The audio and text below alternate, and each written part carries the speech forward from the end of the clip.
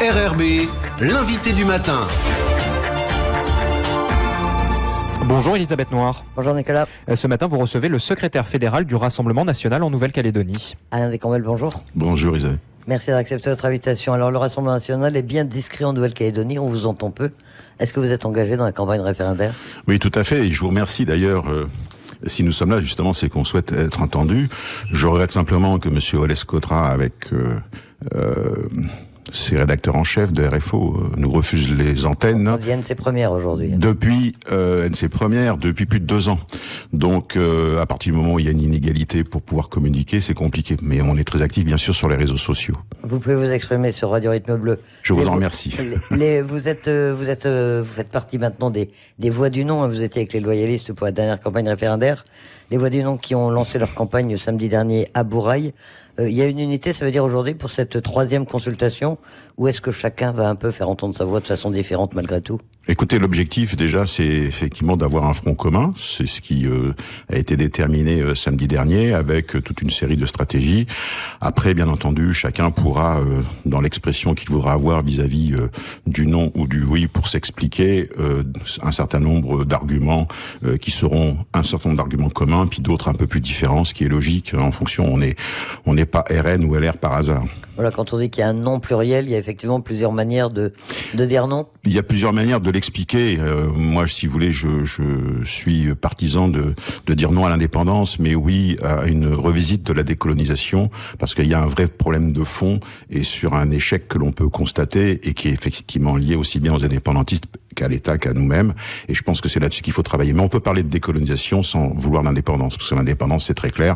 Je l'expliquerai tout à l'heure, ce serait une catastrophe. Alors, est-ce que vous adhérez également à cette campagne de proximité de terrain qui est voulue, qui est présentée par les Voix du Non ? Est-ce que vous allez y participer ? Est-ce que vous allez faire du porte-à-porte ou de la présence dans les quartiers ? Vous savez, lorsque vous réunissez 20 000 personnes, il faudra peut-être le faire une fois ou deux sur un stade, vous ne prêchez que pour des convaincus.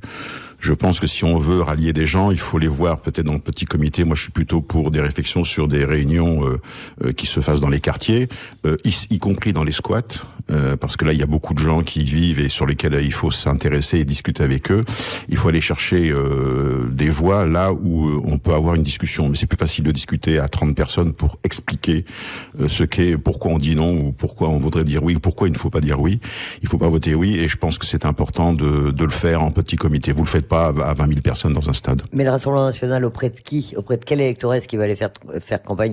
Auprès de qui est-ce que vous êtes le plus audible selon vous ? Mais justement, dans des réunions de quartier où nous, on pense que c'est plus simple. Pourquoi ? Parce que d'abord, on a un réseau de personnes qui sont au Rassemblement national, mais qui, effectivement, ne l'expriment pas forcément tout le temps. Mais c'est plus simple d'aller s'expliquer dans des quartiers, de discuter avec des gens aussi qui n'ont pas du tout votre vision des choses. Et je crois beaucoup plus à cela, plutôt que de participer à un grand barnum, où, comme je vous disais, finalement, personne n'est dupe. Quand vous faites venir des convaincus, c'est pas là où on va gagner des voix. Je pense qu'il faut vraiment expliquer, c'est pour ça qu'on est pour des réunions de quartier. Moi-même, je vais en animer un certain nombre pour que justement nous puissions avancer et sans qu'il y ait cette problématique de savoir de quel parti on est, mais simplement avoir une explication qui soit la plus claire possible. D'autant que le document de l'État mérite à ce qu'on puisse donner quelques explications. Qu'est-ce que vous en pensez de ce document ? Parce qu'on en parle beaucoup, il est un peu au cœur de la campagne. Est-ce que vous allez vous en servir ? Est-ce que vous pensez que ça peut être une base pour faire campagne pour le non ?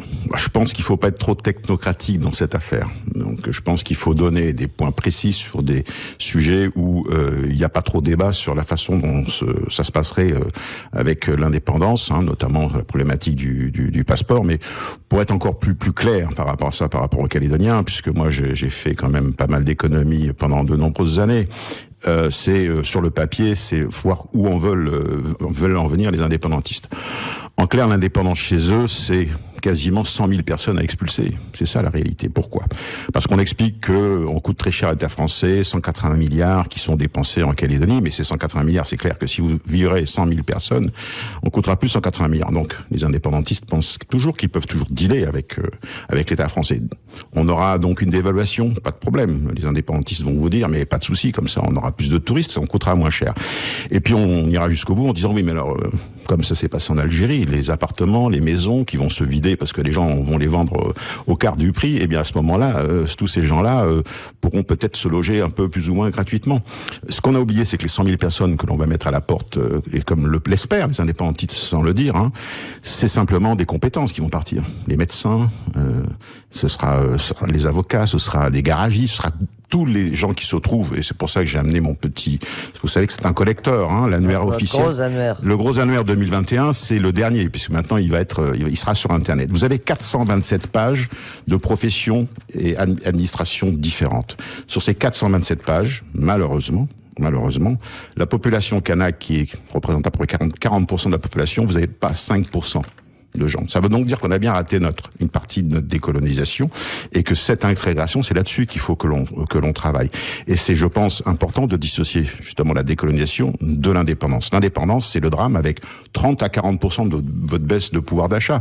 Donc, on n'aura pas de compétences, on aura peut-être des médecins cubains au Médipôle, on aura peut-être des ONG qui viendront renforcer les enseignants avec des gens qui parlent anglais. Enfin bref, ce sera une cacophonie phénoménale. Et je pense que l'indépendance, les gens ne se rendent pas compte, c'est très violent en termes social, en termes économiques et en termes physiques. Donc, quand on parle d'indépendance, on se rend pas bien compte que le lendemain, bien entendu, quand on va se réveiller, il va rien se passer, mais les mois d'après, ce sera vraiment quelque chose de dramatique. Donc, il faut bien prendre conscience que la volonté d'indépendance, on n'y est absolument pas prêt, et c'est même dangereux de vouloir la faire, parce que comme je vous le disais, ça se fera au sacrifice que j'ai évoqué. Des arguments essentiellement économiques de la part du Rassemblement national pour lutter contre l'indépendance, pour promouvoir le non.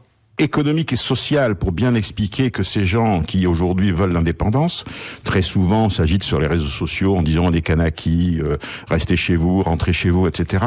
Il y a une aberration dans le propos et dans la manipulation, à savoir que nous avons besoin de tout le monde. Un pays qui effectivement réduit sa population est un pays qui s'affaiblit, et donc un territoire, c'est la même chose, puisque nous sommes français, ne l'oublions pas. Un territoire français qui renverrait une partie de sa population parce qu'elle ne trouverait plus de travail ou parce qu'elle se sentirait socialement pas bien, automatiquement, on serait dans une situation dramatique, dans le sens où vous n'auriez plus les compétences à tous les stades. Ce n'est pas que on parle toujours des médecins ou de la santé ou de l'éducation, mais dans tout, la moitié du COS se viderait avec toutes les petits artisans qui effectivement travaillent pour le bien de la Calédonie. Une campagne pour dire non à l'indépendance plutôt que pour dire oui à la France, est-ce que c'est pas un petit peu le danger de cette campagne ?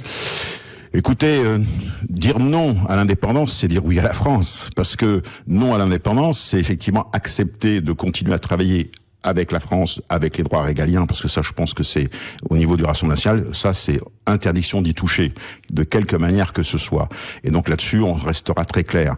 Et bien entendu, je pense que c'est Marine Le Pen qui, la première, et depuis très longtemps, a critiqué le corps électoral. Vous pouvez pas continuer à avoir un territoire qui se dit moderne et qui se dit développé, qui se dit évolué, qui se dit démocratique, à partir du moment où vous avez 40 ou 50 000 personnes qui n'ont pas le droit de s'exprimer. Ceci est honteux, et il est temps que le 3e référendum bouge les lignes sur le sujet, puisqu'après, on verra bien comment les choses vont se passer. Alors justement, Marine Le Pen, au niveau national, est-ce qu'elle va intervenir dans cette campagne référendaire ?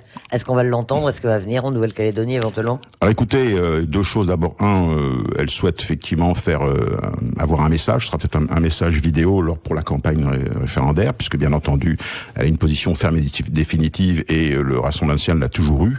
C'est une position qui est très très forte. C'est bien entendu de rester dans la France.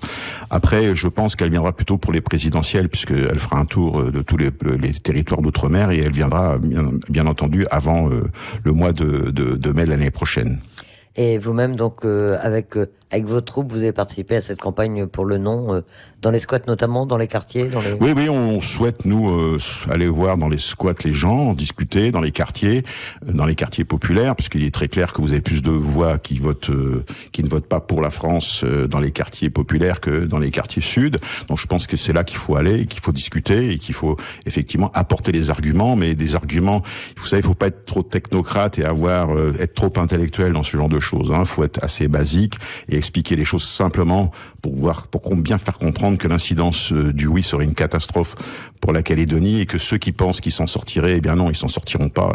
Il y a qu'à regarder tous les pays qui ont eu leur indépendance depuis les 40 dernières années, c'est une catastrophe. En passant par le Venezuela, la Libye et autres, on voit bien que c'est un échec. Et pourquoi je cite ces pays ? Parce que la Calédonie, c'est pas le Vanuatu. Il y a des richesses minières, et on pense qu'avec les richesses minières, on va pouvoir payer tout le monde, et tout le monde va va s'en sortir, enfin sur ceux qui resteraient sur le territoire. Or, on voit bien qu'à chaque fois, c'est un échec cuisant. Alain Descombes, le secrétaire fédéral du Rassemblement national en Nouvelle-Calédonie. Merci d'avoir accepté notre invitation. Merci bien.